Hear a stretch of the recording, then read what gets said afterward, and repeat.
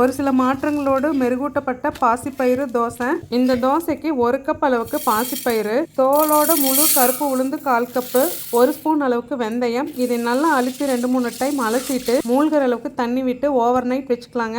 ஒருவேளை வெள்ளை உளுந்து ஊற வைக்கிறீங்கன்னா அது 3 மணி நேரம் ஊறினா போதும். பாசிப்பயிறு கூட ஓவர் நைட் ஊற வைக்காதீங்க, ஊறல் வாசம் வந்துடும். கிரைண்டர் வேலை இல்லாமல் சும்மா தானே இருக்குது, அதுக்கு ஒரு வேலை வாய்ப்பு கொடுப்போம்னு சொல்லிட்டு இன்னைக்கு கிரைண்டரில் அரைச்சங்க. மாவு பஞ்சு போல் அப்படி ஒரு பொங்கி வந்திருந்தது. உப்பையும் சேர்த்து அரைச்சிட்டு மாவு சூடாலாம் இல்லைங்க, இருந்தாலும் பழக்க தோசத்துக்காக கொஞ்சம் நேரம் ஓப்பனாக வச்சு நல்லா க்ளோஸ் பண்ணி 8 மணி நேரம் வெளியில் வச்சுட்டு ஃப்ரிட்ஜில் வச்சுட்டேங்க.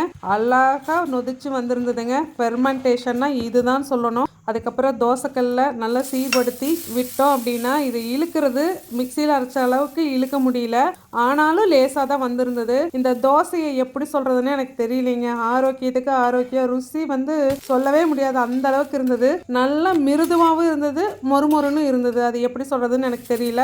நான் வந்து நெய்க்கு ரொம்ப அடிக்டடுங்க, அதனால நெய் விட்டு ஒரு தோசை போட்டோம், அதுவும் சூப்பராக இருந்தது. நான் போடுற வீடியோஸ் எல்லாமே என்னோட அனுபவங்களையும் எனக்கு தெரிஞ்சதையும் தான் சொல்கிறேன். யாரையுமே நான் கட்டாயப்படுத்துறதெல்லாம் இல்லைங்க. இதை சாப்பிடுங்க பண்ணுங்கன்னு பரிந்துரையும் பண்ணுறதில்ல.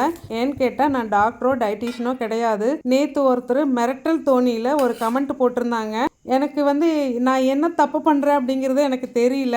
யாரையும் எதற்காகவும் கட்டாயப்படுத்தவெல்லாம் முடியாதுங்க, அது கூடவும் கூடாது. தேவைப்படுறவங்களுக்கு இது ஒரு ஐடியாவாக இருக்கும்.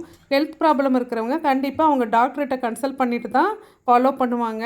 பேசாமல் இதை விட்டுடலாமானும் இருக்குது. ஏன்னா எனக்கு மணிக்காக நான் இது பண்ணுறதும் இல்லைங்க. தேங்க்ஸ்.